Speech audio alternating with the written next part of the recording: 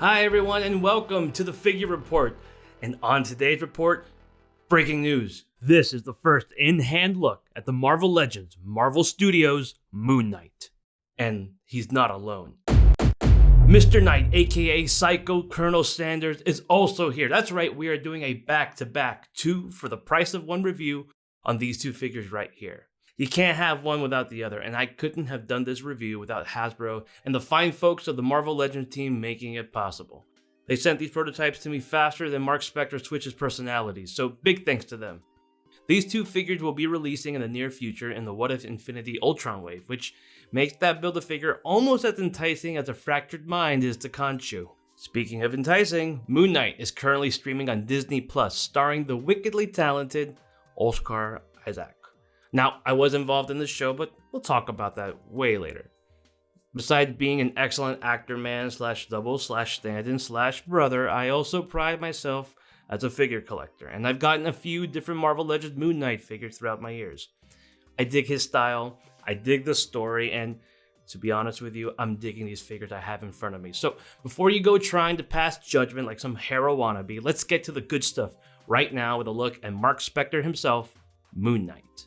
For the show, Moon Knight's costume, along with Mr. Knight, were designed by costume designer Megan Kasperlik, and I think she did a really great job at translating the source material to the screen. Looking at different runs, it feels like a marriage between the Fist of Khonshu and Universe X look, and it's a really powerful representation in the show and in this figure. So right off the bat, this figure is completely new. It's a brand new Moon Knight sculpt, completely pinless as well. This figure has all of these various tones of gray throughout, with loads of sculpting, as you can see right here on the cowl. You have all the indentations, the Moon Knight logo, just all of these lines sculpted within the cowl I really appreciate. Looking at the face, you have these eyes, they emulate that glowing effect. They're painted white in the middle and blue around the whole eye, and it looks great. Also these wraps, again, you'll have all this great sculpting detail. You have this brand new cape. It's thinner, it's not going to weigh down the figure like maybe some previous capes would, and pegs in right into the back. But for the review purposes, let's take it off and take a full view of the figure. Continuing with the rest of the body, the sculpting is consistent from head to toe. You have the crescent moon on his chest highlighted with the gold paint and silver below it, and all these mummy-like wraps that go throughout the figure, the chest, and all around the back of the body. Give me the body. I want the body. I like the body of this figure, right? It looks great. And also look, more sculpting detail on the arms. You have, again, more of those different gray tones on the forearm, gold accents, the gold moon on his forearm, the gold wristbands, also on his waist as well. You have the loincloth, cloth guard, whatever you want to call it.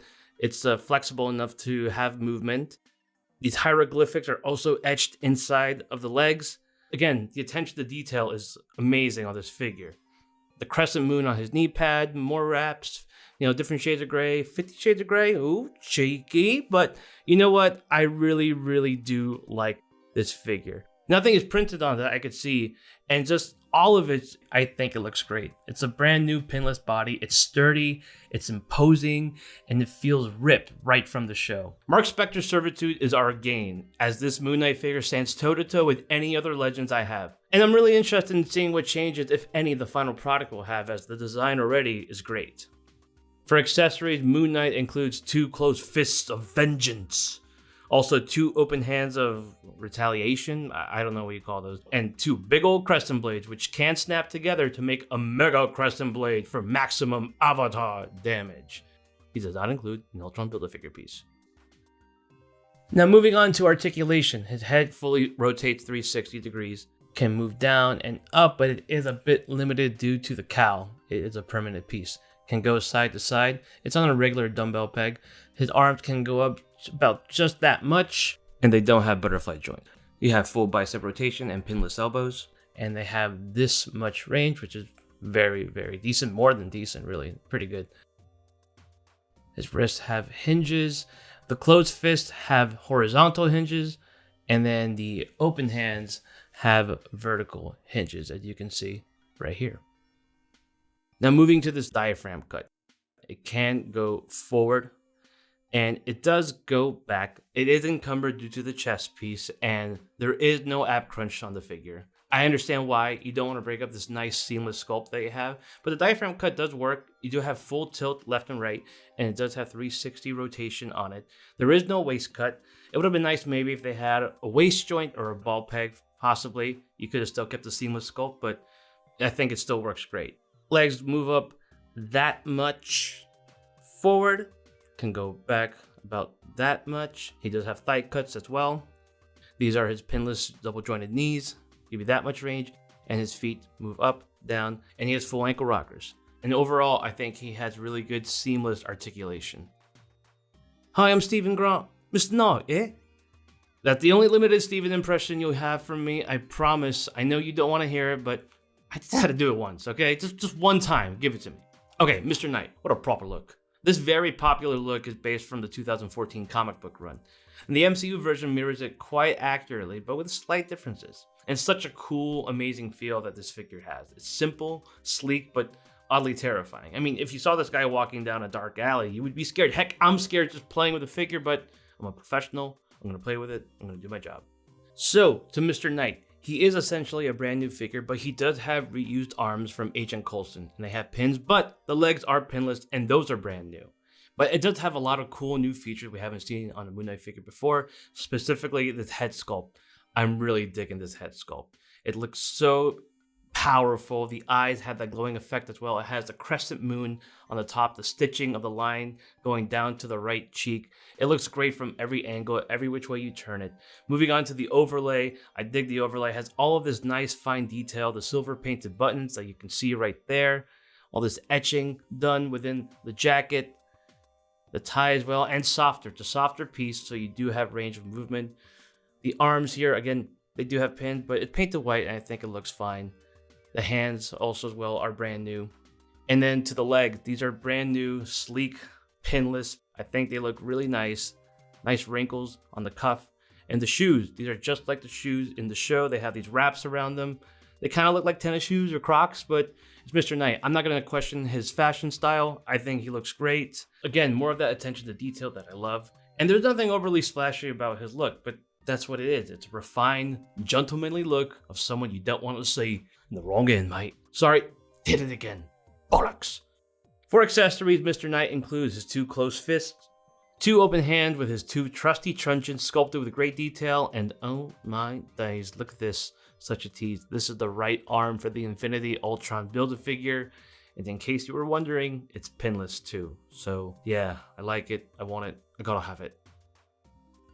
Moving on to articulation for Mr. Knight, his head is on a dumbbell peg. He does have nice tilt left and right, can look up that much and forward all the way down, so really nice range of movement. Arms go out just about that much. This one's a little bit sticky. The prototype, so I understand. Does have bicep swivel, double jointed elbows if he needs to scratch that itch. Again, just like Moon Knight, he has his swivel hand. Open hands are vertical hinges, and fists are horizontal. Now moving on to the rubber overlay, he does have an ab crunch and can go forward that much, back just a bit. The problem I had was with the rubber overlay on the right shoulder, so hopefully on the final product they can fix this so it won't ride up as much. He does have a waist swivel and can go full 360. Legs go up that much, go back just a bit, can do the full Van Damme split. Does have thigh cut, double jointed knees, give you that much range, and he can kick his butt if he needs to. He has ankle articulation, but it is encumbered due to the cuff, so it can go forward and back a little bit, but he does have full ankle rocker movement. Now for comparisons, here the MCU Moon Knight compared to the previously released versions of Moon Knight, and they all fit together. They all have distinct but familiar looks, and they look great to me. I love having all 3 of them. And here's Mr. Knight with the other Moon Knights as well. Here they are with Deadpool and Blade, and hey, I can't be the only one wanting to see Moon Knight and Blade together in the MCU, but we have the figures for now, and here they are with Symbiote Spider-Man and Ben Reilly Spider-Man. Oh, and here's Moon Knight beating up on the quote-unquote unparalleled Cap, and look, it's a great figure, I love that Captain America, but I think we all know Moon Knight wins this fight hands down, right? You all agree with me. Let me know in the comments who you think wins this fight. It's Moon Knight. Okay, here we go. The final report on Moon Knight and Mr. Knight. As Steven would say, I look like a knob. No, I mean, the figures are absolutely lovely. I really enjoyed my time playing and posing these figures. The more I spent time with them, just the more I dug them, specifically Moon Knight. The brand new sculpt, the level of detail, the experimentation of new and different articulation. While it's not perfect, it's applauded and really appreciated. I think even Ami herself would find the toy skills balanced for Moon Knight. And Mr. Knight isn't some twit, yeah? Like, he really stands out amongst the crowd, and that head sculpt, ooh, man, that head sculpt is such a beaut. It's one of my favorites in a long time. I like the detailed rubber overlay too, but would like it to feel a bit more snug and secure on him, so hopefully they fix this. Still, for me, consider his toy scales balanced too. So, I mentioned earlier that I was involved in the show. Full disclosure, I got to work on the whole show. I worked in Budapest for 6 months with the most incredible cast and crew, and one person specifically, my brother, Oscar Isaac Hernandez Estrada. I got to play his double, whom we named Mork Sphincter, and it's a badge and fake nose of honor that I wore proudly. Yep, there I am. Just ghastly.